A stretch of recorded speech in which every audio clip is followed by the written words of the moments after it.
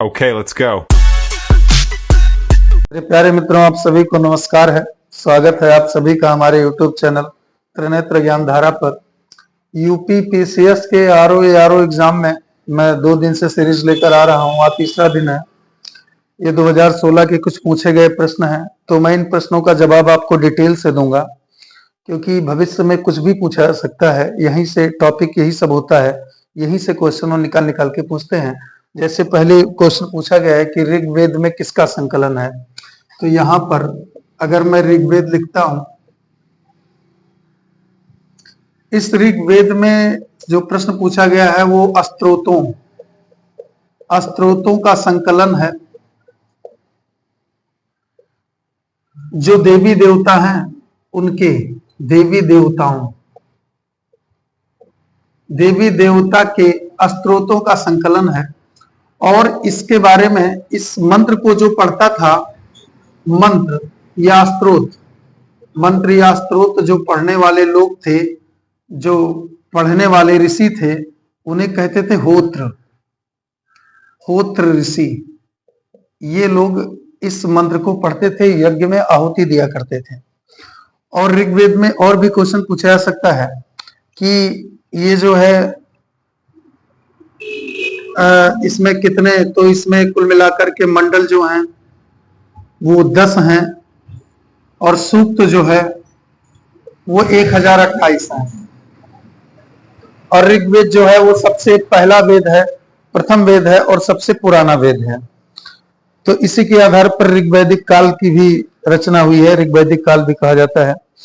और इसमें अगर और जानकारी देखी जाए तो इसमें जो इसके ऋग्वेद के जो ब्राह्मण ग्रंथ हैं, ये भी कभी पूछा जा सकता है। तो उनका एक का नाम है ऐत्रेय और दूसरे का नाम है कौशितकी। तो ऐत्रेय कौशितकी, ये 2 ब्राह्मण ग्रंथ हैं, 10 मंडल, 1028 सूक्त हैं। और इस स्तोत्र को पढ़ने वाले ऋषि को होत्र ऋषि का दर्जा दिया जाता था।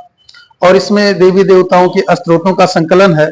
तो पहले प्रश्न का उत्तर मित्रों पूरा होता है। आप इसका स्क्रीनशॉट ले सकते हैं, से याद कर सकते हैं। अगला प्रश्न जो है वो है अद्वितीय ब्राह्मण किसे कहा गया है। तो मित्रों, अद्वितीय ब्राह्मण कहा गया है इसमें गौतमी पुत्र सातकर्णी को।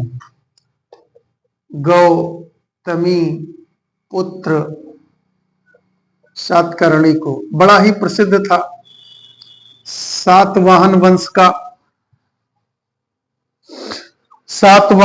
का सबसे महान और प्रतापी, पहला टॉपिक तो यही हो जाएगा, पहली बात कि अद्वितीय ब्राह्मण की दर्जा इन्हीं को दिया गया है, गौतमी पुत्र सातकर्णी को। ये पुत्र हैं, इनकी माता का नाम अगर देखा जाए तो इनकी माता का नाम है गौतमी बलश्री। ये पुत्र किसके हैं, यानी कि किस माँ के पुत्र हैं, तो गौतमी बलश्री इनके पुत्र हैं।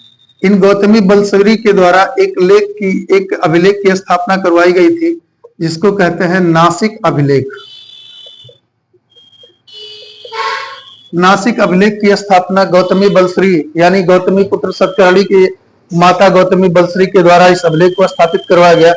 और इस अभिलेख में इसके विजय का वर्णन है। इसका जो सैन्य विजय है गौतमी पुत्र सातकर्णी का विजय, कौन से विजय, सैन्य विजय का वर्णन है। और इस गौतमी पुत्र सातकर्णी को एका ब्राह्मण, अद्वितीय ब्राह्मण,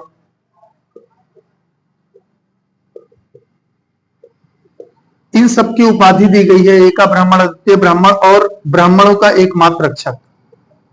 ब्राह्मणों का एकमात्र रक्षक की भी उपाधि इन महाशय को, गौतमी पुत्र सातकर्णी को दी जाती है। और ये सातवाहन वंश के सबसे प्रतापी राजा हुआ करते थे। किस वंश से हैं, सातवाहन वंश। सबसे प्रतापी राजा, इनसे ज्यादा योग्य सातवाहन वंश में कोई भी नहीं हुआ। तो मित्रों, इस प्रश्न का भी जवाब मुझे पूरा उम्मीद है कि आपको मिल चुका होगा। अब अगला प्रश्न है, ठीक है, इसका स्क्रीनशॉट भी ले लीजिएगा। अगला प्रश्न है हमारा, प्रयाग प्रशस्ति के रचनाकार। तो सबसे पहले प्रयाग प्रशस्ति, इसके बारे में जितनी जानकारी हो सकती है ले लीजिए। वैसे इसके जो रचनाकार है, इसके जो निर्माता है, वो समुद्रगुप्त के कवि हरिसेन को इसकी जो है हरिसेन को इसका उपाधि दिया जाता है, और ये कवि हुआ करते थे। और इस प्रयाग प्रशस्ति में समुद्रगुप्त की हिस्ट्री है, गुप्त वंश के समुद्रगुप्त का इतिहास। और प्रयाग प्रशस्ति मित्रों मूलतः इसकी स्थापना जब समुद्रगुप्त ने करवाई थी तो कौशाम्बी में करवाई थी, लेकिन वक्त के साथ साथ ये जो है ये ट्रांसफर हो गया। अकबर ने इलाहाबाद किले में इसको स्थापित करवाया, इलाहाबाद किले में स्थापना कराई। इसके बारे में ये जानकारी है। अगली जानकारी जो प्रयाग प्रशस्ति के बारे में है मित्रों, वो ये है कि यहाँ पर मैं 2-3 खाना बना लूंगा। पहली बात तो ये है कि इसमें समुद्रगुप्त का इतिहास तो मिलता ही है, अशोक का भी इतिहास, अशोक का भी एक लेख मिलता है, अशोक के द्वारा दिया गया निर्देश था, वो निर्देश भी इसमें मिलता है। और अशोक की रानी कौरवांकी, इनके द्वारा भी इनका भी एक अभिलेख इसमें मिलता है। और इसमें जहांगीर का भी अभिलेख मिलता है। तो ये इंपॉर्टेंट है, याद रखिएगा कि मूलतः कौशाम्बी में स्थापित करवाते हैं समुद्रगुप्त, और इसके निर्माता हरिसेन थे, लेकिन अकबर ने इसे इलाहाबाद किले में स्थापना करवा दी। और इसमें ऐसा कभी पूछ लिया जाए कि ऐसा कौन सा अभिलेख है जिसमें अशोक और उनकी जहांगीर दोनों के जो है अभिलेख स्थापित हैं, और साथ में समुद्रगुप्त का भी, तो वो प्रयाग प्रशस्ति है, और इसकी स्थापना समुद्रगुप्त के द्वारा की जाती है। और हरिसेन समुद्रगुप्त के दरबारी कवि थे, उन्होंने ही इसकी रचना की थी। तो मित्रों इसका भी स्क्रीनशॉट आप ले सकते हैं। इसका भी उत्तर हो चुका है। अगला प्रश्न है, तेली मंदिर का निर्माण किस शासक के द्वारा कराया गया? तो देखिए मित्रों, ये जो तेली मंदिर है, तेली मंदिर, सबसे पहली बात तो ये है कि इसका स्थापना किसने करवाई? तो गुर्जर प्रतिहार शासक। और ये सबसे ही ज्यादा पावरफुल, गुर्जर प्रतिहारों के सबसे ताकतवर शासक थे, जिनका नाम था मिहिर भोज। मिहिर भोज ने इस तेली मंदिर की स्थापना करवाई थी। और इसका नाम तेली मंदिर क्यों हुआ? क्योंकि तेल व्यापार से प्राप्त धन से निर्मित हुआ था, इसलिए इसको तेली मंदिर कहते हैं।